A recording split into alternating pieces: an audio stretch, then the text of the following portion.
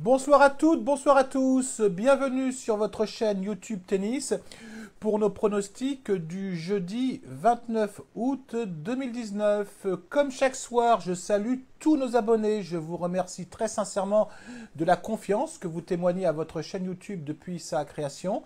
Si de votre côté vous nous découvrez pour la première fois, vous êtes un passionné de tennis ou un passionné de paris sportif tennis, vous pouvez vous abonner si vous le souhaitez. On fait un bilan, les abonnés, sur ce que je vous avais proposé en pronostic sur nos 3 méthodes test pour la journée de mardi.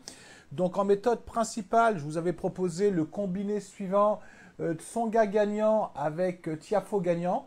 Ce pronostic, malheureusement, n'est pas passé. J'allais dire parce que Tsonga menait 2-7-0 et s'est fait remonter. Alors ça a énervé énormément d'abonnés. Moi, ça m'a mis dans une rogne que vous ne pouvez pas même imaginer, même un état de colère.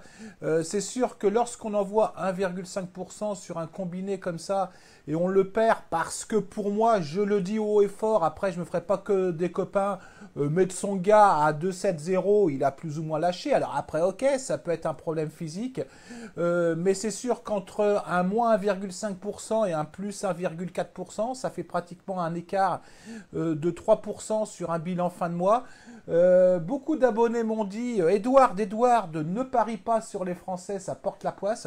Je finis par croire effectivement qu'ils ont raison. Non, la vraie raison en fait, les abonnés, c'est qu'on a en France, au niveau du circuit masculin chez les Français, on a un renouvellement qui ne se fait pas. Hein. On a effectivement, on va prendre Tsonga, Gasquet, Simon, mon fils, qui sont des super joueurs, mais qui arrivent plutôt en fin de carrière. Et dès qu'un match, effectivement, est au meilleur des 5-7, c'est plus compliqué pour eux. En deuxième pronostic, je vous avais proposé, en méthode sécurisée, je vous avais proposé Tsitsipas gagnant contre Rublev. Malheureusement, ce pronostic a été perdant. Là, j'en assume l'entière responsabilité. C'est un problème de choix. Hein. C'est-à-dire qu'à partir du moment où j'ai une cote à 1,53 pour Tsitsipas contre un Rublev qui est en pleine forme, qui a battu Federer, là, j'ai fait une erreur et je l'assume complètement. Et en troisième pronostic, en méthode grosse cote, je vous avais donc proposé Berrettini gagnant contre Gasquet gagnant. Ce pronostic est passé avec une belle cote, hein, aux alentours de 2,20, 2,40 suivant les books. Même si on était en mise modérée 1%, on a passé ce pronostic. Donc pendant cette US Open, je suis un peu comme tout le monde, je ne suis pas à l'abri des douilles. Hein, j'essaye de les éviter, je ne suis pas meilleur qu'un autre, je ne suis pas magicien.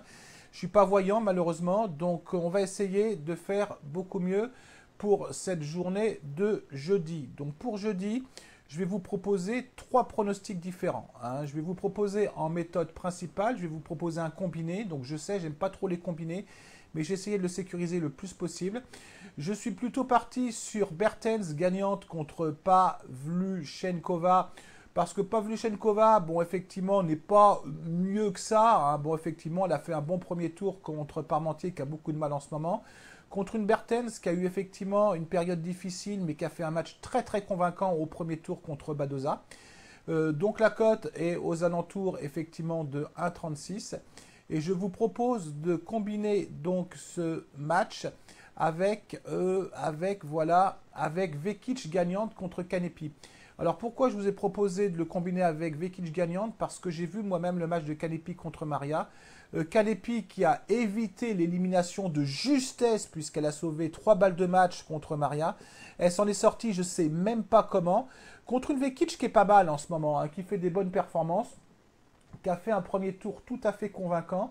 Donc sa cote de base est aux alentours d'1,40, ce qui nous fait un combiné assez sympa quand même, ce qui nous fait un combiné effectivement à 1,93 en moyenne. Alors suivant les books, hein, vous serez peut-être entre 1,85 et 1,95. Et en méthode principale, je vous propose d'envoyer 1,5% de votre capital. Ensuite, je vais vous proposer donc en pronostic méthode sécurisée qui est appelée méthode petite cote. J'ai pris plutôt le match entre Sandgren et Popisil. On vient de voir la victoire de Sandgren contre Tsonga. Sandgren qui a fait 3 derniers sets vraiment très très convaincants. Bon, qui avait un peu de mal ces derniers temps, mais quand il joue dans son pays, c'est pas du tout le même Sandgren. Depuis qu'il s'est rasé la barbe, en plus, on a l'impression qu'il fait 15 ans de moins. Hein, donc on a l'impression qu'il court plus vite, qu'il est en meilleure forme. Contre un Popisil qui a fait une très grosse performance. Hein. Au premier tour, il a battu Kachanov. Mais physiquement, il a dû vraiment user vraiment dans ses réserves physiques, psychologiques, voire psychiques. Je ne suis pas certain que Popisil puisse nous refaire le même match hein, demain contre Sandgren. Vous avez une cote qui est aux alentours de 1,57. Là, je vais envoyer 5% de mon capital parce que c'est une méthode que je dois remonter. Soyez peut-être prudent de votre côté si vous le lancez. Envoyez plutôt 2,5-3% de votre capital. Hein. Vous faites vraiment comme vous le sentez sur ce match-là, comme tous les matchs. Et en méthode grosse cote, je vais tenter un coup, les abonnés. Je vais tenter le match entre Bublik et Fabiano. Alors Bublik, c'est un peu du tout bon ou tout mauvais. Il est capable de vous faire 8 doubles fautes de suite et de balancer 5 ou 6 jeux. Mais c'est un joueur, quand il a envie de jouer, il est capable effectivement de bien jouer. Contre un Fabiano que je trouve un petit peu vieillissant, qui a fait une très grosse performance au premier tour contre Thiem, mais c'était un Thiem effectivement qui n'était pas dans son assiette. C'est un Fabiano qui depuis un moment n'est pas génial, qui a fait seulement 2 matchs sur surface rapide. Bon, la confrontation, je ne la regarde pas trop. On a une cote aux alentours de 2,50. Moi, j'aurais plutôt vu Bublik favori sur ce match-là. Donc, je vais vous proposer 1% de votre capital, comme habituellement, sur notre méthode grosse cote. Avant de vous quitter, je remercie tous vos commentaires de la journée d'hier. Et je cite les 4 commentaires qui m'ont fait le plus plaisir, mais que j'ai le plus retenu, parce que tous vos commentaires m'ont fait plaisir. Je salue Antoine Duval. Salut Antoine, tu m'as envoyé pas mal de commentaires. Tu maîtrises le tennis, je te salue. Et c'est très agréable, effectivement, de lire et de répondre à tes commentaires. Je remercie Marvin. Hein, merci pour ton commentaire, Marvin. Je remercie Louis Ribaud, hein, Louis qui maîtrise le tennis. Merci Louis, c'est toujours un plaisir de lire et de répondre à tes commentaires. Et je remercie Opi, hein, j'ai bien aimé répondre à tes commentaires à 5 h du matin, Opi. T'as l'air d'être un mec sympa, hein, même pas t'as l'air, tu es un mec sympa. Donc j'avais envie de te citer ce soir. Voilà les abonnés, bah écoutez, j'ai terminé pour aujourd'hui, donc on va essayer de faire un petit peu mieux demain. Vous suivez si vous le sentez, hein, si vous ne sentez pas, vous ne suivez pas les pronostics et puis vous n'avez aucune obligation. Je vous souhaite une très très bonne soirée à vous toutes et vous tous et je vous dis à demain. Allez, ciao!